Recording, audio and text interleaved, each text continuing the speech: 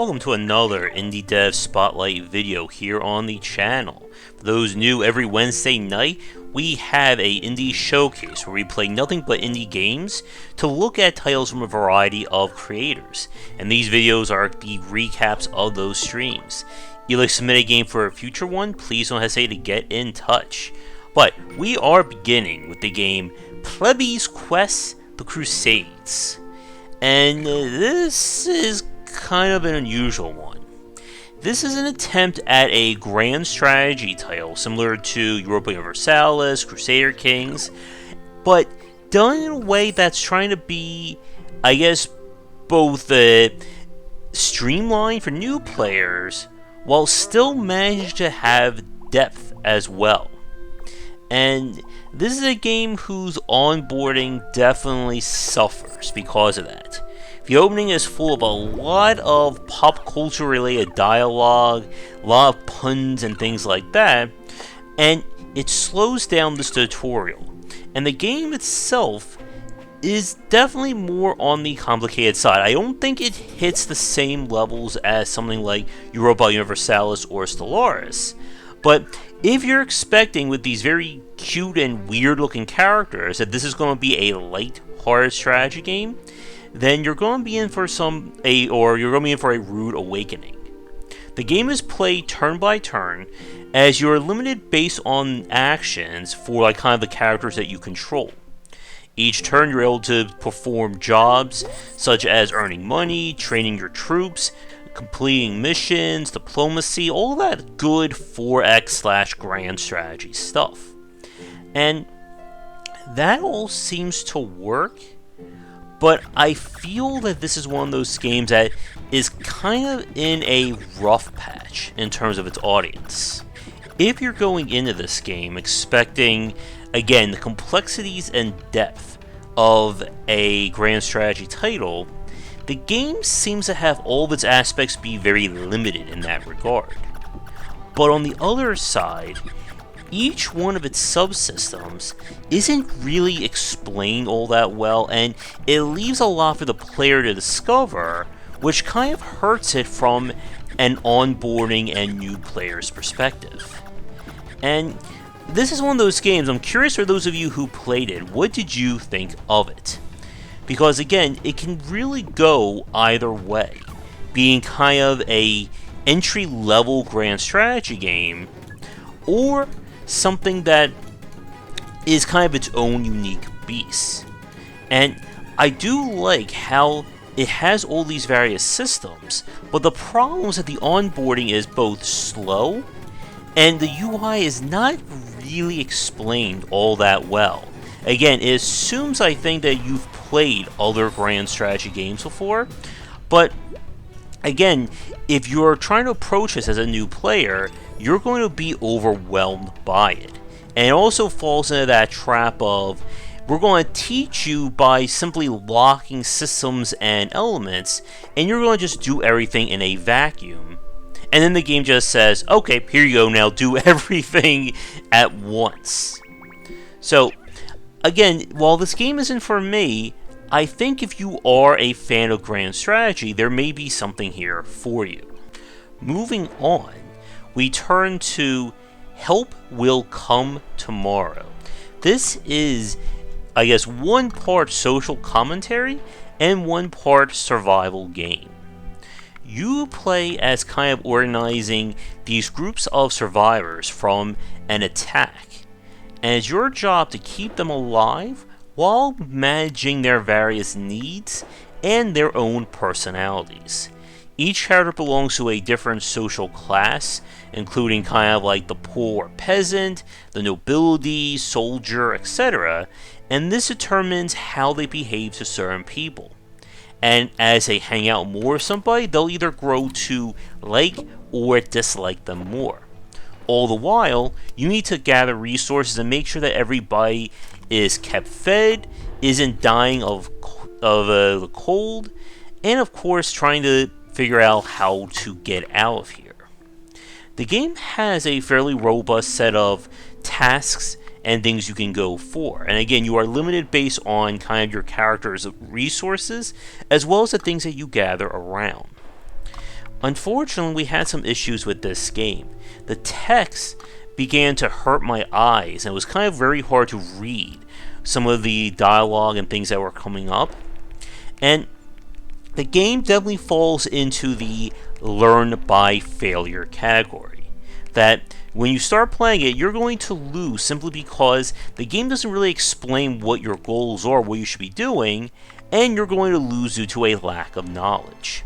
As you play more, you unlock additional survivors, and the game does randomly shuffle who your starting group is, so you're never quite given the same set conditions, which I always like when games do that.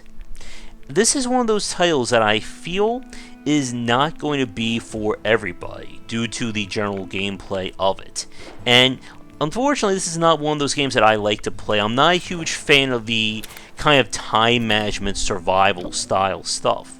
But if you are, then I would say definitely give this one a check and see what you make of it.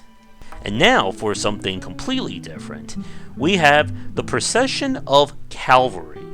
This is an adventure game by way of Monty Python and by way of Renaissance paintings, dealing with absurdity in all shapes and sizes. This is the spiritual sequel to Four Last Things, which followed a similar style. Our mission is that the protagonist from the first game has now been made king and has basically outlawed the act of killing. And our character here wants to do some killing. And because of that, she is going to go on a one-woman quest all throughout the land to figure out how to kill the king and bring back killing. Yes, it is one of those games where if you're trying to make sense out of all of it, you're probably going to get a headache. So, this is definitely classical point-and-click adventure design. So, find miscellaneous objects to use with other miscellaneous things, and in doing so, solve your quests, complete your puzzles, etc., etc. The twist of the Procession of Cavalry is that if you don't want to solve these puzzles, and just want to kind of brute force your way through the game like I did, guess what? You can do just that. As at any time, you can pull out your sword here, and stab the quest giver, as you're about to see. And that happens. And then you get zapped by lightning, and you can move forward with the story. But, as a bit of a consequence, people will remember if you go around stabbing people you're trying to help. And in turn, it will change how the story progresses and what puzzles and situations you will get into. And that is a very clever riff off of the old morality choices we see from other games.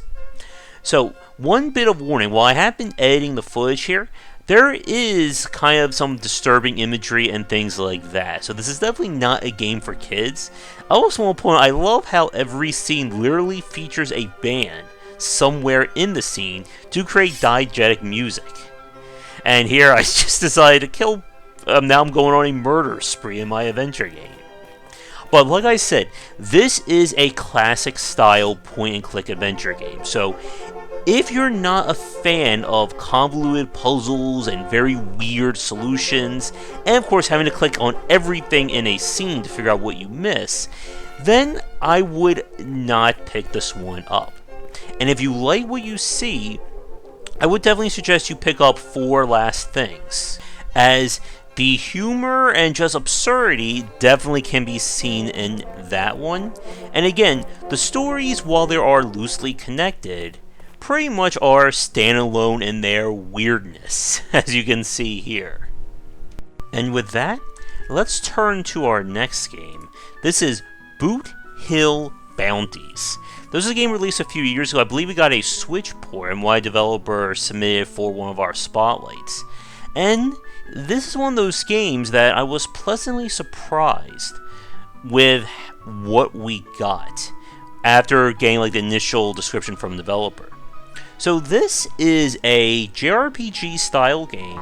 Think of it as Earthbound, but in the Wild West, if that makes any sense. You are trying to figure out why everything is trying to kill you, stop some evil bandits, and do other cowboy-related stuff. All while you can hear some very westerny music in the background. So combat itself is at kind of pausable real-time, or kind of an active combat, or active battle system, if you remember from the old school Final Fantasy games. As you're sitting there, you're seeing your meter fill. When the meter fills up to certain points, you can then send a unit out or do an attack. Different attacks will have various properties, and there's a lot of things, or there's a lot of aspects behind stances in this game. For instance, by using the pump stance, it enhances the amount of damage that Doc's shotgun will do when I use it again. By sending out Beagle Bay there, it staggers an enemy, meaning that they cannot dodge an attack. And the game definitely follows or is built on this idea that you're trying to set up for these synergies and high potential attacks, rather than just mashing or just repeating the same action each time. Each character wears hats, which will give them special abilities or passives, which once they wear it enough, they can then keep those skills, or in this case what they're called advantages, and basically apply them without needing that item. And there is a limit to the number of advantages each character can have, and each character is also a unique one, so they're going to get different abilities. Now, the world map itself is fixed, and there are no random encounters. This is one of those games where the enemies will wander around the map, and you can possibly get a sneak attack if you are the first one to kind of touch them. And if they attack you first, then they'll get early hits. And this is one of those games that, again, I didn't really know what to expect with it when we started playing it, but I was starting to really enjoy myself. The game does feature co-op, with each player controlling one of your characters in the party as opposed to one person controlling everybody. And you are able to pause the game and make commands instead of having things act really fast, just to make things easier for you. The game features these little bonus challenges from your dog, who, yes, your dog does talk, who will provide you with rewards for completing it. And all in all, this seems like a very solid JRPG style game. And if you like what you see, or this does sound interesting, I would definitely give this one a check, whether it's on the console or PC. If there were any issues I had with this game, is that if you're not a fan of kind of the pacing of a JRPG, then this one is on the slower side, like most of them are. So it could become a little bit repetitive to play. With that said, if people want to see more of it on the stream, I would be happy to play more. And this was one of those pleasant surprises from one of our Wednesday streams. With that, we're going to take a quick break, and when we come back, we'll take a look at one more game, I believe, for this spotlight. And now for a quick shout out to our current Game Wisdom supporters and sponsors. Going forward, all Patreon supporters will get early access to our videos. And if you'd like to continue this discussion on game design, be sure to check out our Discord channel, linked down below. If you're looking for more wisdom about game design, be sure to check out my latest offering of books, 20 Essential Games to Study, aimed for first-time developers and students looking for some inspiration for their upcoming games, and Game Design Deep Dive Platformers if you're interested in anything regarding 2D and 3D platforming design. They're both available in print, digital, and wherever books are being sold. For our last game in our Spotlight video today, this is Heal. This is a point-and-click style adventure game from the developer of the Distraint series, which was kind of a short form. Those games are more narrative focused with some light puzzles. This is definitely more on the opposite. Heavy on the puzzles, light on the narrative. And as you can kind of start to guess by looking at the interface on screen, this game was definitely designed, I think, for mobile first. There's a lot of gesture and on-screen push commands for this one. With that said, you're still getting a very challenging or very weird puzzle game. The game is split into multiple chapters, with you trying to escape from the room that you're in, with the twist being that each room becomes more and more, out there or esoteric in terms of its logic and rules. The puzzles that are in the area are essentially all the locks you need to open up in order to get to the next section. And puzzles definitely run the gambit. Some of them are basic logic puzzles, some of them are involving entering in a code, trying to figure out what the actual code is in the game space. And this is one of those games where I feel that it's going to be one where you're either going to, complete this in a single sitting, or I don't think there is enough here to kind of draw you back to this game for a second or third play of it. Now, as with adventure games and puzzle-heavy titles, one, we can't show a lot of it on this video because we are, spoiling solutions. But the other issue is that this is one of those games where, because of the crazy or the esoteric logic of some of these puzzles, it's going to run into that situation where if you do get stuck at a puzzle, there's nothing in the game that's going to help you. And I think I got to either Chapter 4 or Chapter 5 where one puzzle just completely stumped me, and then I just stopped playing the game. And there does not appear to be any hint guides or little helpers that kind of push the player along outside of the inherent hints that are left in. So if you need more, you're in trouble. Another issue that I found was because the game is a lot of is built around gesture-based or kind of click and drag controls, you're going to have some issues sometimes with getting it to kind of move where you want it to. And there were several puzzles where I was fighting trying to get it to go to the exact spot or click at the right time.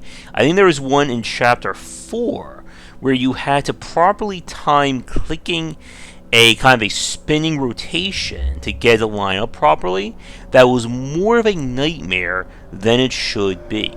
With that said, Heel definitely has more gameplay or more puzzle solving to it than Distraint. I did not play Distraint 2, so I don't know how much things were improved on that one. If you are looking for a very somber adventure game and trying to be challenged by some interesting logic puzzles, I would say give Heel a check. But if you are not a fan of point-and-click adventure games at all, then definitely steer away from this one, because this is definitely all in on that design. But with all that said, we're going to wrap up this Indie Dev Recap video here. I would like to thank developers who submitted games, and if you would like me to take a look at your game in the future, either for a spotlight stream or for a sponsored piece here on the channel, please get in touch.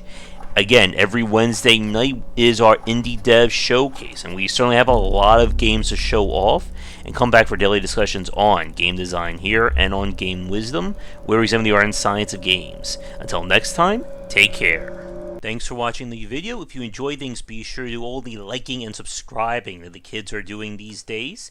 Check out our Discord channel link down below where we hang out and chat game design, and come back later tonight for our regular streamings. But that's it, and tune in for more great content here and on Game Wisdom, where we examine the art and science of games.